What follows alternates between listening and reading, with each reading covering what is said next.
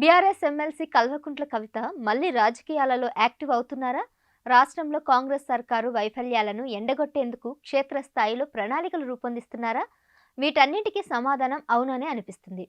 Liquor scam కేసులో తీహార్ జైలుకు వెళ్లి బెయిల్పై వచ్చిన కవిత చాలా రోజులుగా సైలెంట్గా ఉంటూ వస్తున్నారు. 2 రోజుల క్రితం ఆదానిపై సోషల్ మీడియా వేదికగా పోస్టు పెట్టి కేంద్రంలోని మోదీ సర్కార్ను టార్గెట్ చేసిన కవిత జనాల అటెన్షన్ను తన వైపు తిప్పుకున్నారు. తాజాగా ప్రభుత్వ హాస్టళ్లలోని విద్యార్థులు పురుగులన్నం తిని ఆసుపత్రి పాలవుతున్నారంటూ కాంగ్రెస్ ప్రభుత్వంపై సీరియస్ అయ్యారు. ఢిల్లీ లిక్కర్ స్కామ్ కేసులో అరెస్ట్ అయిన కవిత 5 నెలల పాటు జైలు జీవితం గడిపారు. బెయిల్పై విడుదలై జైలు నుంచి వచ్చినప్పటికీ కొన్ని నెలల పాటు యాక్టివ్ పాలిటిక్స్కు దూరంగా ఉన్నారు. అయితే ఆమె మళ్లీ రాజకీయాల్లోకి మాస్ ఎంట్రీ ఇచ్చేందుకు సిద్ధమయ్యారు. ప్రస్తుతం రాష్ట్రంలో గురుకులాలు, పాఠశాలల్లోని విద్యార్థుల పరిస్థితి ఎలా మారిందో చెప్పక్కర్లేదు. పురుగుల అన్నం తిని చాలా మంది విద్యార్థులు ఆసుపత్రి పాలవుతున్నారు. ఈ క్రమంలో చికిత్స పొందుతున్న బాధితులను పరామర్శించారు ఎమ్మెల్సీ కవిత.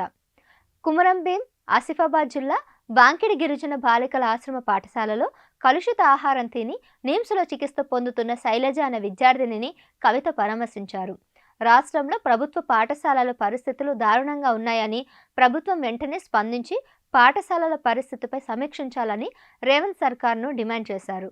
ఇక అంతకుముందు తన నివాసంలో తెలంగాణ జాగృతి నేతలతో సమావేశమయ్యారు కవిత. ప్రస్తుతం తెలంగాణలో సమగ్ర ఇంటింటి సర్వే జరుగుతుండగా కులగణనను పగడ్బందీగా నిర్వహించాలని, అందుకు అనుగుణంగా రిజర్వేషన్లు పెంచి చిత్తశుద్ధిని నిరూపించుకోవాలని ప్రభుత్వాన్ని డిమాండ్ చేశారు. అదేవిధంగా బీసీ జనాభా లెక్కలు తేల్చాలని ఈ నెల 26వ తారీఖున బీసీ డెడికేషన్ కమిషన్కు కవిత వినతి పత్రం అందజేయబోతున్నారు. ఇలా కేంద్ర రాష్ట్ర ప్రభుత్వాల వైఫల్యాలను ఎండగట్టేందుకు కవిత ప్రజాక్షేత్రంలోకి రాబోతున్నారు. డిసెంబర్ నాటికి ప్రజల్లోకి వెళ్లేందుకు ప్రణాళికలు రూపొందిస్తున్నట్లు సమాచారం. అప్పటి వరకు సోషల్ మీడియా వేదికగా కేంద్ర రాష్ట్ర ప్రభుత్వాలను ప్రశ్నిస్తూ ప్రజల సమస్యలను బలంగా ప్రస్తావించనున్నారు. మరోవైపు కేసీఆర్ తెలంగాణ మహిళా అధ్యక్షురాలుగా కవితకు బాధ్యతలు అప్పగించబోతున్నట్లుగా కూడా పార్టీ వర్గాల్లో చర్చ నడుస్తుంది. రాష్ట్ర మహిళా అధ్యక్షురాలు పదవి ఖాళీ అయ్యి దాదాపు 6 నెలలు దాటింది. గతంలో రాష్ట్ర మహిళా అధ్యక్షురాలుగా గుండు సుధారాణి పనిచేశారు. గుండు సుధారాణి బీఆర్ఎస్ పార్టీకి రాజీనామా చేసి కాంగ్రెస్ పార్టీలోకి వెళ్లిన తర్వాత ఆ బాధ్యతలను కేసీఆర్ ఎవరికి అప్పగించలేదు. చాలా మంది మహిళా నాయకులు ప్రయత్నం చేసినా ఎవరికి ఇవ్వలేదు.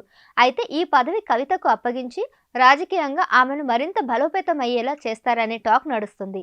ఇప్పటికే కేటీఆర్ను కార్యనిర్వాహక అధ్యక్షుడిగా నియమించారు కేసీఆర్. ఇక కూతుర్ని కూడా రాష్ట్ర మహిళా అధ్యక్షురాలుగా నియమించబోతున్నారనే టాక్ నడుస్తోంది.